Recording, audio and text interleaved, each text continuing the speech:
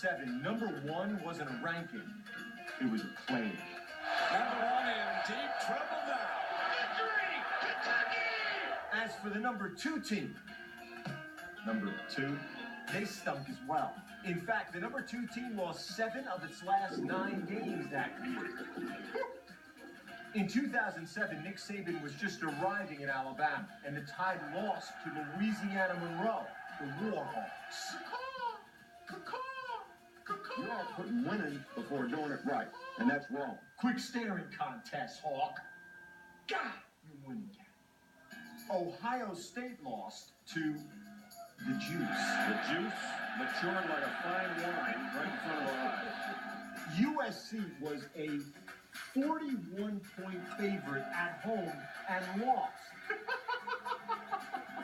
For Stanford and its first-year head coach, it was like khakis from heaven. Notre Dame lost to Navy as the midshipmen snapped a 43-game losing streak to the Irish. How about Rutgers? Rutgers chopping that wood, beating number 2 South Florida on the banks of the Raritan. But if there was one day where the insanity peaked in 2007, it was December 1st. The day started with an impromptu press conference from Les Miles saying he was staying at LSU. There'll be no questions from me.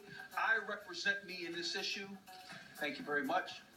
Have a great day. We'll do it live! We'll do it live! LSU had a better day than West Virginia, who was a 29-point favorite at home, a win away from the BCS title game. A stunning upset over the West Virginia Mountaineers. Bad day for Booty. That same night, number 1 Missouri, they lost to number 9 Boomer Sooner. As for LSU, who was number 7 going into that weekend, somehow, someway, they made it to the title game. The Tigers and the Hat, they won it all. Wow, what a year that was. A couple of other things you may remember. Number 1 and number 2 lost on the same weekend 3 times. Kansas in football, not in basketball, won the Orange Bowl, was in the Orange Bowl, and finished 4 in the country. But if ever there was an omen, it happened before 109,218 witnesses who were in the big house that day for Michigan to take on App State. Well, what happened was...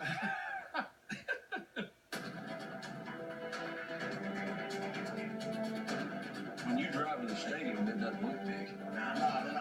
Because it's built underground, when you walk in and look up, it's huge.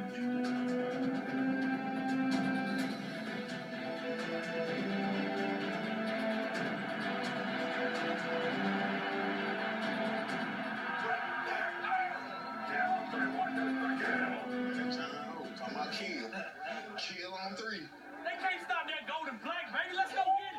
We weren't intimidated at all. It ain't about intimidation, man. Did you think we was gonna win? We didn't think we were going to lose. To me, man, Coach Moore had his common sense, though. He never made you nervous. He believed we were going to win. All you got now. Everything else. That opening kickoff, that was an eye-opener. I mean, because you're used to 30 or maybe even 60,000 fans, but you go out there 100,000, it was a little different. They were such a different brand of ball than us. They were big plug gaps up front. Mark the setback right side meets blockers. Sneaks past the ASU defense and moves in for the touchdown.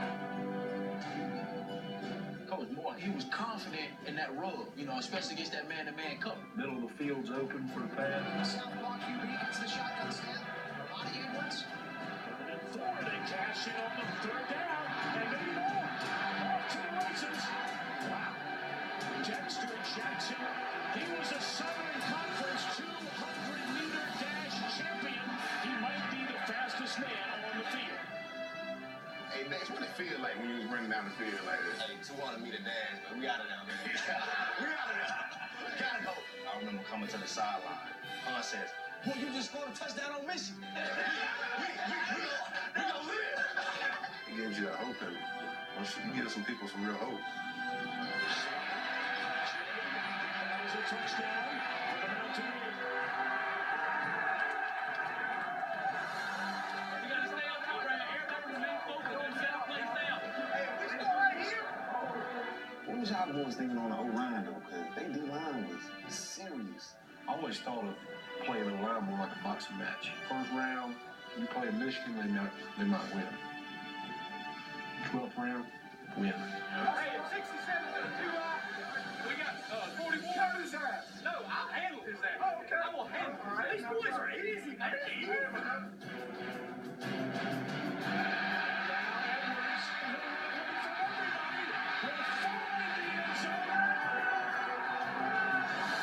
Went up 28-14, right? And Coach Moore saying you're about to get the best the Big Ten has to offer. Yep.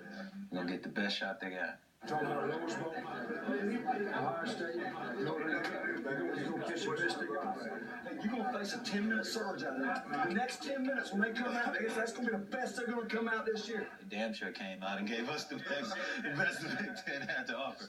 Because they came out guns blazing that third quarter.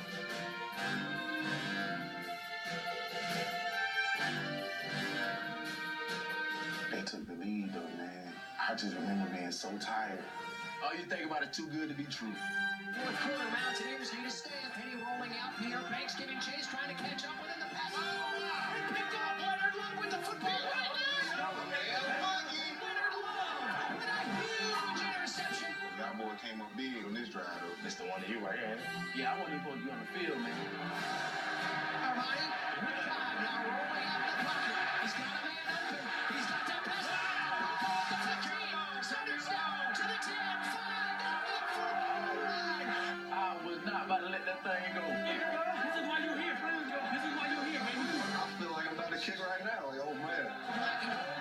Try to pull off the shock of all shocks. The kick is on its way. It is through the uprights. The Mountaineers have retaken the lead with 26 seconds to play. And in the back of my mind, man, I was like, I knew it was probably too good to be true. All right, folks, here we go. Strap in. Ball game play right here, boys and girls. Just had somebody underneath, safety's over the top. That's all we had to do. One last guy. Steps up, puts it in the air down the sideline, looking for Taylor will change a lot of people's lives. Corey wasn't supposed to be in that position. I was supposed to be in that position. He said, hey, let's switch. I think we all were praying. I was here with it. I know where I was here with it. Kicking right to left. The snap's good. The hold. The kick is Mountaineers have just beat the Michigan Wolverines. The Mountaineers of Appalachian State have just beaten the Michigan Wolverines in the Big Look at House. that one right here talking trash to the side. Unbelievable. It is Appalachian State Nation. We just beat the Wolverines at the Big House. So, like, did this stuff really just happen? No, that was the best day of my life. Y'all ever seen that much joy in one place, though, man? Nah, Yeah, that was crazy. that was awesome.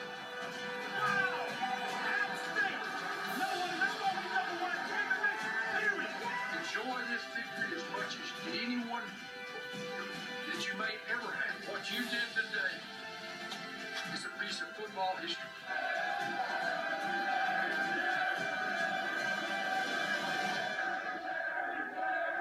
What a great look at an unforgettable day. Of course, all due respect to Desmond Howard out on the set. If you could hear how captivated our set was while that was playing, that gives you a real idea of how much people love college football. Are you not entertained? And one quick note, Armani Edwards was the quarterback there for App State, successful receiver in the CFL after that. And every player went on to say they do not go a single week, Reese, without being asked about that upset and that game. What might unfold as we kick off the 2017 season, we'll see. But that's a day where history was made. But Tom, Appalachian State is now a member of the FBS, but it would still be a pretty monumental upset if Appalachian State could do it to Georgia tonight again. You see it? Notre Dame next week. I picked the Bulldogs to win the SEC, so I don't see that happening. I like that. I like the Bulldogs this year. And not just that win over Michigan, but how about last year against Tennessee? They fought like heck too, in the right position to win the game. But I don't think they're going to be able to stop Georgia. I don't think the game's going to be super close, just because the Georgia's running backs too good, too fast, too strong. I think Kirby Smart's worst nightmare is playing Notre Dame next week, not to play them, but because that's the game all your fans are talking about. Georgia fans, that's all they're talking about. Meanwhile, he's got, of all teams, Appalachian State, who's capable of pulling off an upset. So all he's doing is trying to get him to steer in, lock in on Appy State. I think Appalachian State will hang around. I think their athletic ability, their scheme allows them to be able to hang around, but I think ultimately Georgia will pull away late. Yeah, Michigan's hoping that Georgia will get him off the schneid there against Appalachian State. Not sure that's going to happen, but Michigan is going to face a different